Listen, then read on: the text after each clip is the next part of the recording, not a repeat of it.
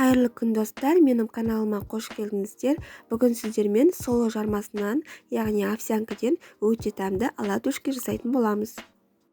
Бізге керекті заттар: қант, айранды сүтпен алмастырса болады, соло жармасы, ұн, сода, тұз және 2 жұмыртқа және жарты стакан қайнаған су керек болады. Алдымен соло жармасын ыдысымызға салып, үстіне айранымызды құямыз.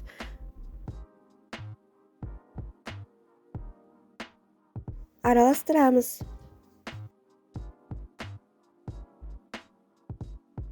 Бетіне жарты стакан су құйып, араластырып, бұқтыруға қоятын боламыз.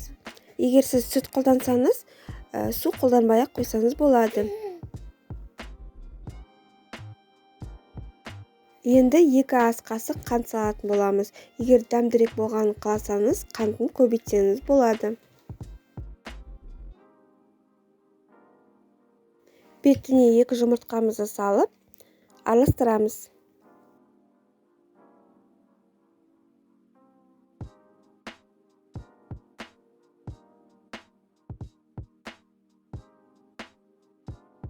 Шамамен 3-4 ас қасық ұн салып, тағы да толықтай араластырамыз.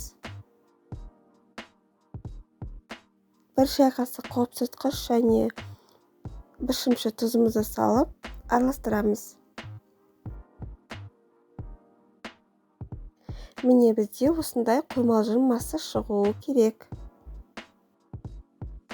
Табамызға 2-3 ас қасықтай күнбағыс майын құйып, табамыз қызығаннан кейін оладьилерімізді пісіріп бастаймыз.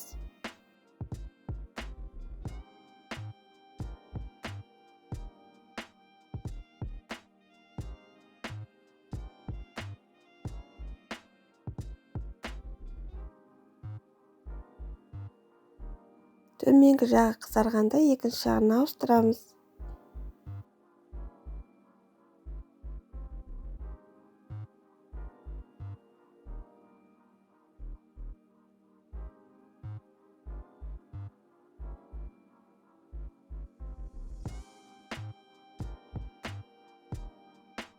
Екінші жағы қызарғаннан кейін арнайы ыдысымыздың үстіне қағаз сүлгі жайып қойып, соның үстіне алатын боламыз.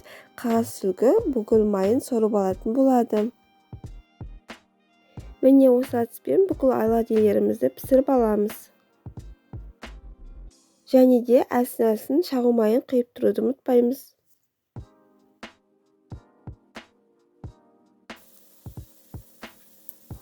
Достар, міне біздің оладьилеріміз дайын. Өте тәмді оладьилер шығады. Қаласаңыз тосаппен жесеңіз де болады. Таңғы асқа пісіріп берсеңіз де болады. Сіздер де осы рецептпен жасап көріңіздер. Төменге өз пікірлеріңізді қалдырып кетіңіздер. Каналыма тіркеліп кетуді ұмытпаңыздар. Сау болыңыздар.